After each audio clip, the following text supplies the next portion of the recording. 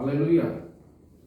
Hari ini kita boleh belajar sesuatu, mengingat tentang peristiwa di mana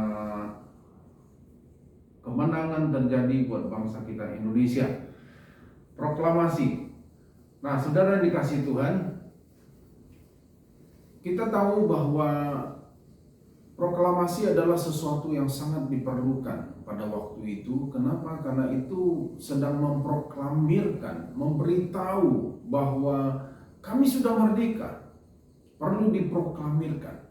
Nah, Bapak Ibu dikasih Tuhan, dalam kehidupan kita sehari-hari kita tahu bahwa kita yang sudah percaya kepada Tuhan Yesus, kita pun sudah dimerdekakan daripada hukum dosa dan hukum maut. Kita tahu hukum dosa dan hukum maut itu dia menuntut, dia mengejar.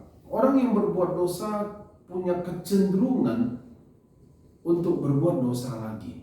Dan dosa itu, hukum dosa itu akan mengejar dia untuk dia melakukan dosa-dosa yang berikutnya.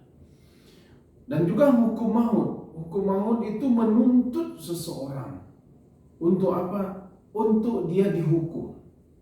Itulah hukum dosa dan hukum maut. Tetapi kita bersyukur kepada Kristus bahwa dia sudah memerdekakan kita dengan pengorbanannya di kayu salib, dengan kematian dan kebangkitannya sudah memberikan kepada kita kemerdekaan. Nah, firman Tuhan juga berkata kepada kita, jangan gunakan kemerdekaan itu untuk kita hidup dalam dosa. Tapi biarlah kemerdekaan yang kita sudah terima, yang kita sudah dapatkan, membuat kita justru hidup dalam kebebasan yang sesungguhnya. Allah ingin tidak ada tuduhan, tidak ada sesuatu yang menekan lagi dalam kehidupan kita. Kenapa? Karena dia sudah memerdekakan kita.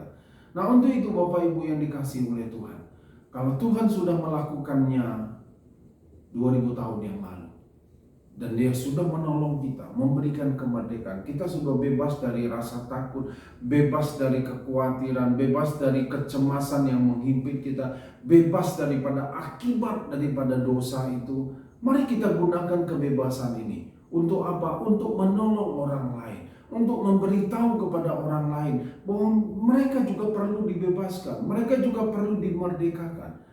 Dan kemerdekaan yang kita terima, jangan kita jadikan alasan untuk kita berbuat dosa. Tuh, saya sudah merdeka, saya sudah dibebaskan. Tapi biarlah kemerdekaan ini justru membuat kita makin takut akan Tuhan. Kemerdekaan ini memberikan kita respek bahwa Tuhan sudah menolong kita. Saatnya juga kita menolong orang lain dengan memberitahu kepada orang lain jalan keselamatan hanya melalui Yesus. Untuk itulah Bapak Ibu yang dikasihi Tuhan, kalau Tuhan sudah memerdekakan kita, gunakanlah kemerdekaan itu untuk berbuat sesuatu yang menyenangkan hati Tuhan, yang sesuai dengan firman Tuhan. Kiranya Tuhan memberkati Bapak Ibu sekalian. Amin.